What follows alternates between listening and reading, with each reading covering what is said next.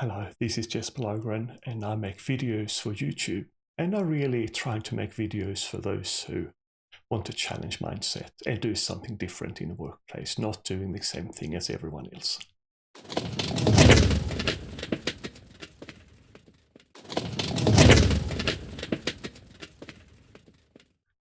In this video, I will walk you through the 5 steps of making a pragmatic, minimum viable customer experience strategy. I'm also providing my thoughts on how long time this will take as a long-time former Big Four technology and boutique consultant. So for each stage of this strategy, I'm providing an estimate for how long time I think it will take to complete that step. Normally, I jump straight into my subject, but I wanted to spend just a little bit of time explaining where I'm coming from, especially as we're going to talk about estimates, because we can estimate in a number of different ways. Like most consultants, I practice the 80-20 rule.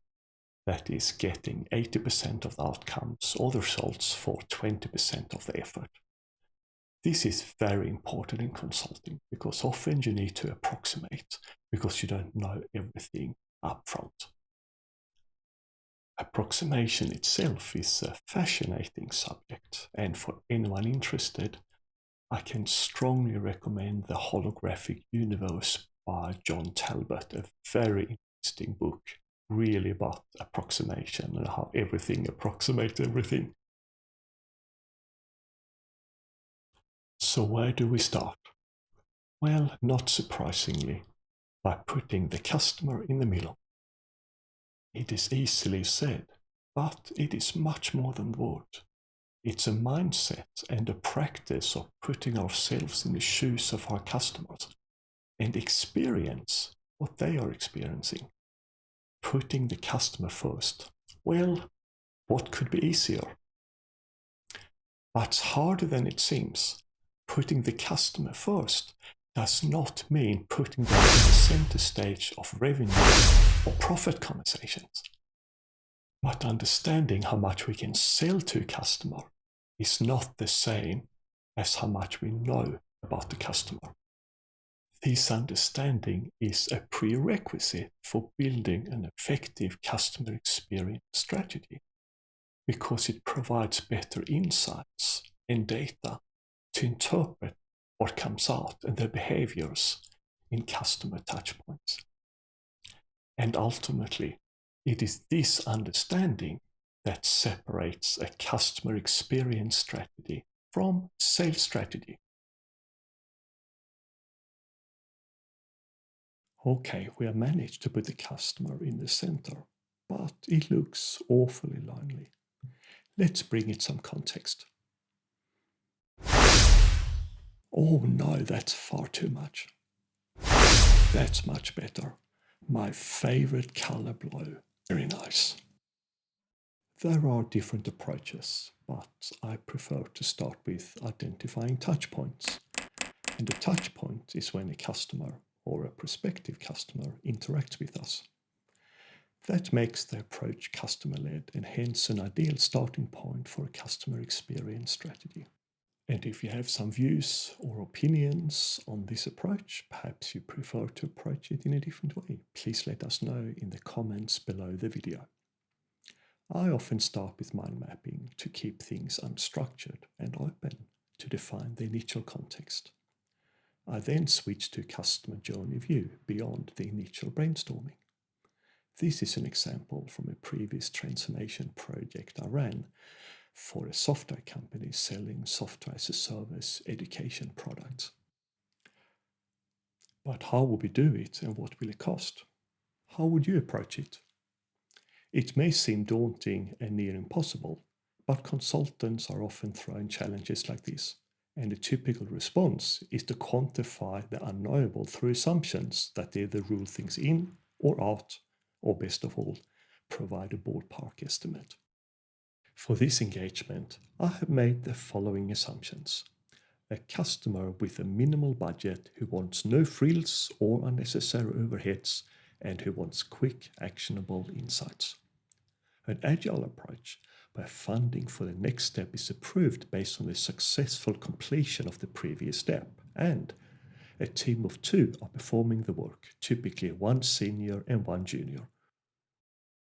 My estimates for identifying key customer touchpoints and setting up a basic framework are a half day for background and research, a half day for workshop planning, developing the workshop story and presentation slides, 2 hours for developing a product owner and sponsor presentation and presenting back to the product owner and sponsor, a 2-hour workshop with the right people to develop a solid hypothesis of a dozen or so key touchpoints, a half day to collate data, and another half day for developing a final presentation and presenting it back to the product owner, sponsor, workshop team, and others as required. This step adds up to 6 full-time employee days, plus any time spent by the sponsor, product owner, and workshop participants. Data is our best source of truth, and it makes sense to use data to measure touchpoints to give us a factual basis to move forward.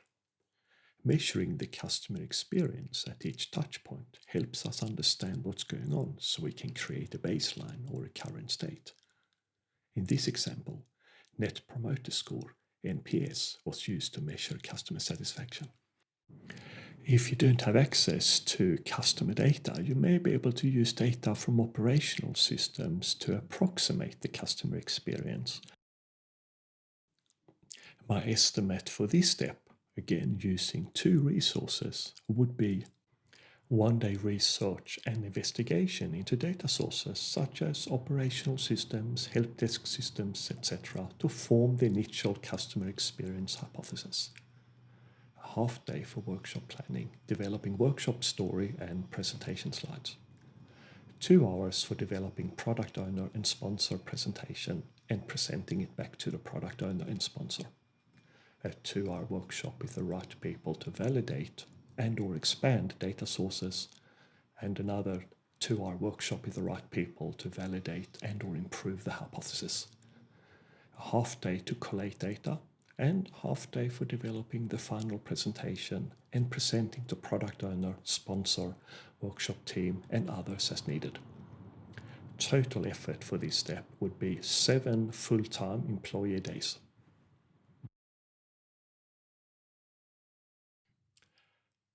But not all touchpoints are created equal. Some are more important than others, and the next step is to prioritize them. My long-term favorite is the McKinsey 2x2 value versus ability to execute matrix, which is a quick way to rate just about anything that can be quantified. It starts with a list of items to be rated, and in our example, a list of touchpoints, where each touchpoint was scored against the value created and the cost and risk of realizing that value. Value was divided into 2 dimensions: value to the customer and value to us.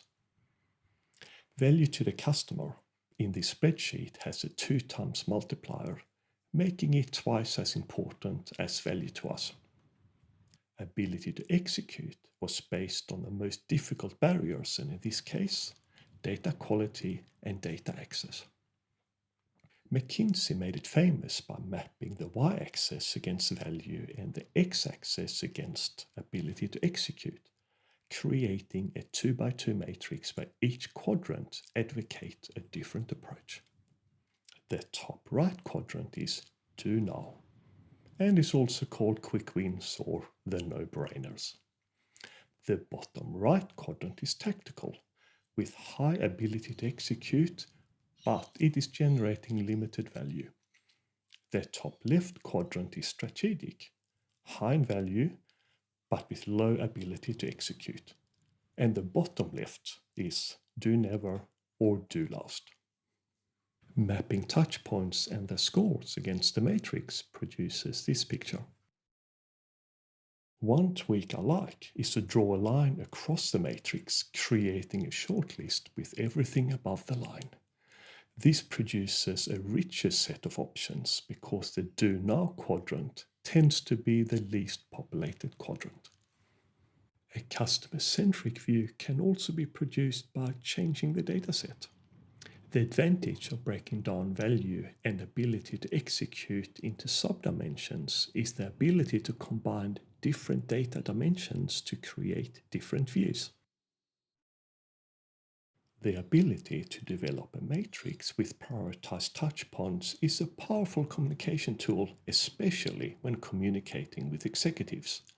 But the touchpoint spreadsheet is also used to complete the customer journey map, which is a starting point for identifying strategic options and roadmaps.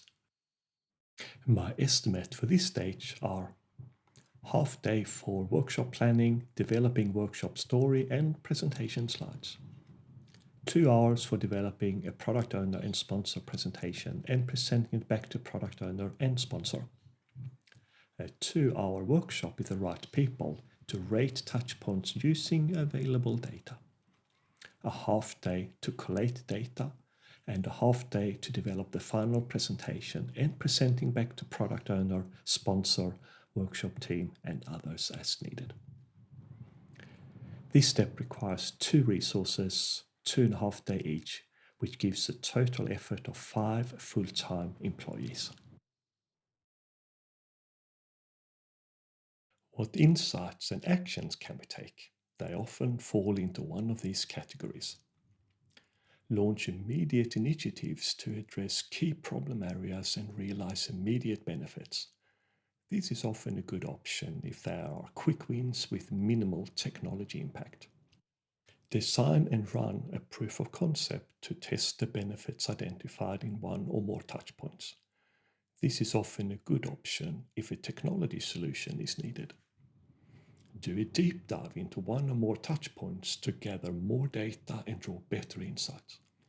This is a good option if the data is inconclusive or if the benefits identified seem unreasonable but attractive enough to justify further analysis. Or a justification for investment in a larger strategy, expanding the framework with more granular touchpoints with enhanced data collection and analysis methods, and adding additional layers to the model. For example, an assessment of the potential for automation in each touchpoint. A larger strategy should also incorporate elements of immediate initiatives and/or proof of concepts. We overlay each strategic option onto our customer experience framework and develop a hypothesis. The hypothesis for immediate action might be a low customer experience and a high ability to execute. 2 touchpoints stand out: initial contact and sale conversion. Potential immediate actions for initial contact could be changing the website to increase engagement or change marketing campaigns to generate more targeted leads. A potential immediate action for sale conversion could be upskilling of sales consultants in consultative selling. To justify a proof of concept, a touchpoint needs to have a high overall score, a low ability to execute, and a low NPS. And there are 2 touchpoints that stick out: customer onboarding and mid-trial results, with customer onboarding prioritized because of its low NPS. A deep dive often focuses on overall exceptions, and a touchpoint that sticks out is user upload details. It is an established process. It is mostly in red with the lowest NPS. And why is value to us rated 8, not 10? Part of the deep dive could focus on understanding factors such as drop-off rate and drop-off reasons. My estimates for this stage are half day for workshop planning, developing workshop story and presentation slides. 2 hours for developing presentation for product owner and sponsor and presenting back to product owner and sponsor. A 2 hour workshop with the right people to analyze and recommend strategic options and next steps. and a half day for developing the final presentation and presenting back to product owner, sponsor, workshop team, and others as required. The total for this step is 3 full-time employee days. Let's summarize. The 5 steps of developing a quick and pragmatic customer experience framework and strategy are: 1. Put the customer in the center. Easily said, but in my experience, the biggest stumbling block as it requires a mindset shift. 2. Identify touch points, that is, all interactions a customer has with us. 3. Measure touch points, such as the customer experience using methods like NPS, CSAT, there are many. 4. Evaluate and rate touch points. The McKinsey 2x2 matrix is one approach, yet there are many. Most important is to capture enough data to generate several views for enhanced decision making. And 5. Decide strategy, tactics, and next steps. A good strategy contains both strategic and immediate actions. From investing around 22 full-time employee days plus participant times, we have created a framework and populated it with enough data to draw initial insights, identify strategic options, tactical options, and next steps.